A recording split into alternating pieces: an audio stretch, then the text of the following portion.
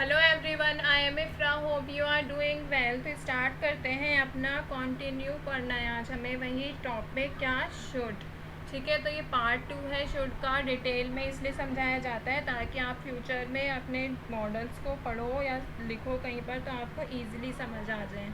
तो यहाँ पर लिखते हैं मॉडल्स। जितने ज़्यादा आप एग्ज़ाम्पल करेंगे उतने ज़्यादा आपके लिए ही बेटर रहेगा। तो यहाँ पर हम इसका लिख देते हैं पार्ट 2, ठीक है।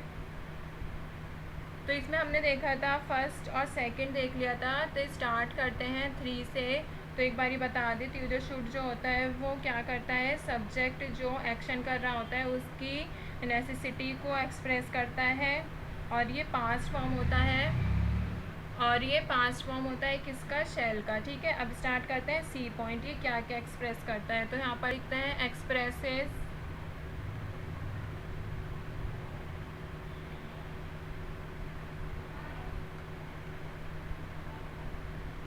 एडवाइस,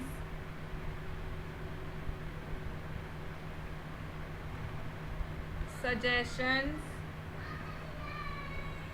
और बोल सकते हैं इनफेरेंस,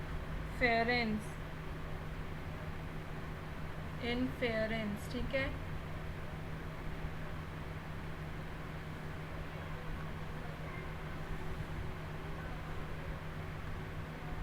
तो अगर हम इसको देखें तो ये क्या एक्सप्रेस कर रहा है, ये कर रहा है एडवाइस मतलब सलाह, सजेशन मतलब क्या होता है, जैसे बोल सकते हैं सुझाव। सजेशन मतलब क्या, सुझाव। इनफेरेंस मतलब जैसे क्या, किसी काम को जैसे बोल सकते हैं निष्कर्ष करना, ठीक है। तो अभी सेंटेंसेस देखेंगे तो आपको समझ आएगा। तो फर्स्ट सेंटेंस लिखते हैं, जैसे क्या एक्सप्रेस कर रहा है, क्या, शुड के बारे में पढ़ रहे हैं हम, ठीक है।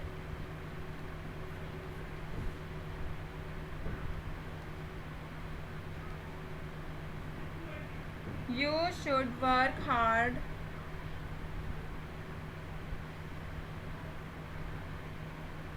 to stand first। तो क्या कह रहा है, you should work hard to stand first, कि तुम्हें फर्स्ट मतलब पोजीशन पर आने के लिए कड़ी मेहनत करनी होगी। क्या कह रहे हैं, तुम्हें फर्स्ट पोजीशन पर आने के लिए क्या करना होगा, हार्ड वर्क करना होगा। तो ये क्या कह रहा है, एडवाइस दे रहा है, ठीक है। तो यहाँ पर लिख देते हैं एडवाइस, ठीक है। अब एक ले लेते हैं नेक्स्ट का एग्जाम्पल की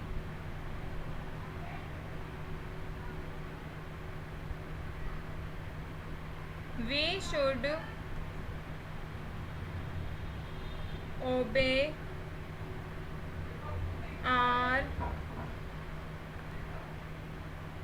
seniors.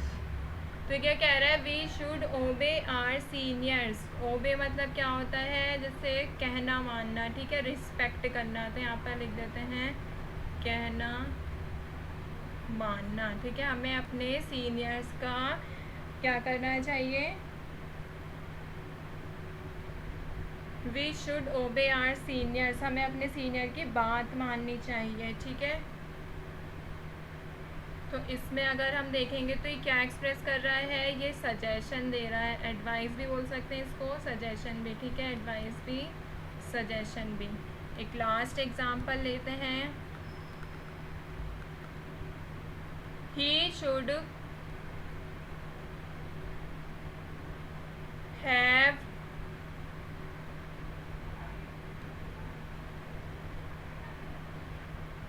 returned by this home, he should have returned by this home। तो इसको अगर हम देखेंगे तो ये क्या कह रहा है,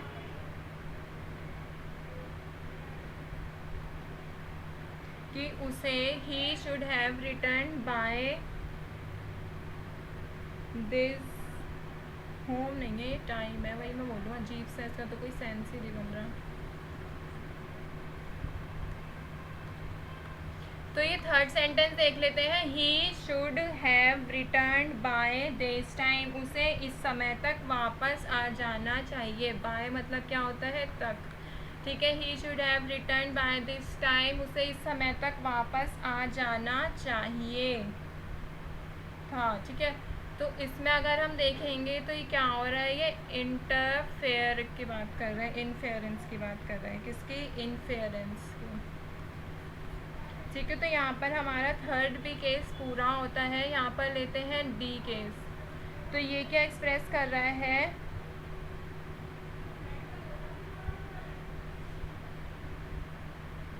जिससे मान सकते हैं एक्सप्रेसेस सरप्राइज, सपोजिशन, इसी में 2-3 लिखवा देती हूँ एक साथ ही, जैसे कमांड अभी आपको वैसे लिखवा भी दिया है ऊपर, और बोल सकते हैं प्रोबेबिलिटी। तो ये सब मैंने एक साथ लिखवा दिया, और भी काफ़ी चीज़ें एक्सप्रेस करता है ये, मैंने यहाँ पे एस लिख दिया है, एन लिख दिया है, यहाँ पे क्या आएगा, एक्सप्रेसिस। ठीक है, तो ये क्या क्या एक्सप्रेस करता है, सरप्राइज मतलब आप समझते ही हैं। ठीक है, सपोजिशन मतलब क्या होता है, यहाँ पे लिख देती हूँ, कल्पना, जो हम सोचते हैं। ठीक है, कमांड या फिर प्रोबेबिलिटी।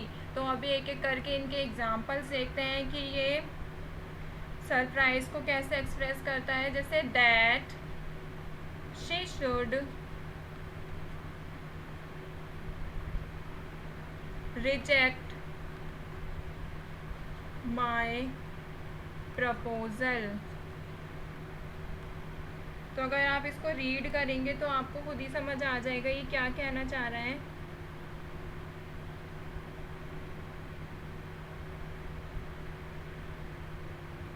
तो ये क्या हो रहा है, सपोजिशन क्या हो रहा है, ये वो सॉरी सरप्राइज का कर रहे हैं हम। तो सरप्राइज क्या है कि वह मेरा प्रपोजल रिजेक्ट मतलब क्या होता है, ठुकराना, मना करना। तो क्या हो रहा है कि वह मेरा प्रपोजल रिजेक्ट कर दें। ठीक है, तो इसमें क्या हो रहा है, ये हो सकता है, क्या हो रहा है, ये सरप्राइज की बात हो रही है। अगर हम सेकंड एग्जांपल लें यहाँ पर किसका, सपोजिशन का, तो यहाँ पर लिख सकते हैं हम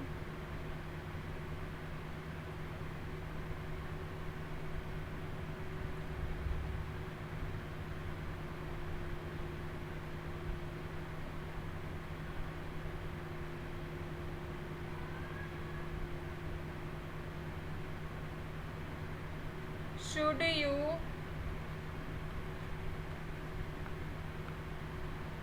go to the market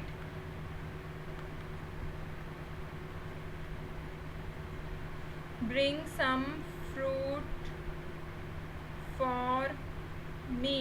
ये क्या कह रहा है कि should you go to the market bring some fruit for me, यदि अगर तुम बाज़ार जाओ तो मेरे लिए, bring some fruits for me, मेरे लिए कुछ फ्रूट ले आना। ठीक है, ले आओ। तो ये क्या हो रहा है,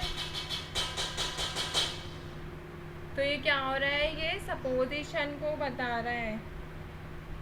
ठीक है, कि अगर तुम जाओगे तो मेरे लिए ये ले आना, अगर वो गया तभी तो लाएगा। ठीक है, सपोज कर रहे हैं इसमें।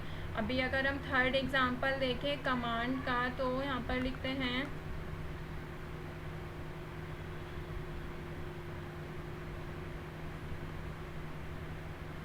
Should they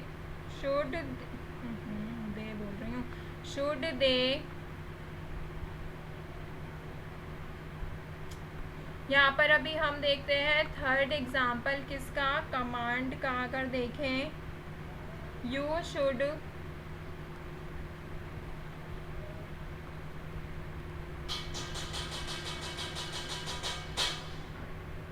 right on both sides of the pages. क्या कह रहा है, यू शुड राइट, तुम्हें लिखना चाहिए, कहाँ पर, on both side of the pages, pages की दोनों साइड पर। ठीक है, तो इसमें क्या हो रहा है, कमांड दी जा रही है कि तुम्हें पेज के दोनों तरफ लिखना चाहिए। ठीक है, अगर इसका नेक्स्ट क्या था, अगर आप देखेंगे कमांड भी कर लिए, सपोजिशन, सरप्राइज, अब क्या बचा प्रोबेबिलिटी। तो आप देखते हैं प्रोबेबिलिटी का एग्जाम्पल जैसे हम बोल सकते हैं आप she should be at home now. तो इसमें क्या हो रहा है, she should be at home now, उसे अब घर पर होना चाहिए, उसे अब घर पर होना चाहिए। ठीक है, तो इसको क्या देखेंगे, क्या शो कर रहा है, प्रोबेबिलिटी, मतलब उसके अकॉर्डिंग उसे घर पर होना चाहिए बट वो नहीं भी हो सकती है। ठीक है, क्या कर रहा है, प्रोबेबिलिटी को शो कर रहा है। तो यहाँ पर हमारे क्या कंप्लीट होता है, शुड का टॉपिक कंप्लीट होता है। तो हमने इसमें कितने तरीके देखे, 4-5 तरीके देखे कि शुड जो होता है पास्ट फॉर्म होता है शैल का। तो फर्स्ट क्या देखा था कि पास्ट में फ्यूचर को कैसे एक्सप्रेस करता है, दूसरा देखा था ड्यूटी और ऑब्लिगेशन को कैसे एक्सप्रेस करता है, फिर यहाँ पे थर्ड देखा कि एडवाइस, सजेशन और इन्फ्लुएंस को कैसे एक्सप्रेस करता है, फिर लास्ट देखा कि सरप्राइज या फिर कमांड प्रोबेबिलिटी को, शुड को कैसे यूज़ किया जाता है सेंटेंसेस बनाने या बोलने के लिए। तो यहाँ पर हमारा शुड का टॉपिक होता है कंप्लीट। नेक्स्ट में देखेंगे हमें कौन सा मॉडल करना है। यहाँ पर हमारे टोटल 8 मॉडल्स कंप्लीट होते हैं। तो मिलते हैं नेक्स्ट वीडियो में। Stay tuned and thank you.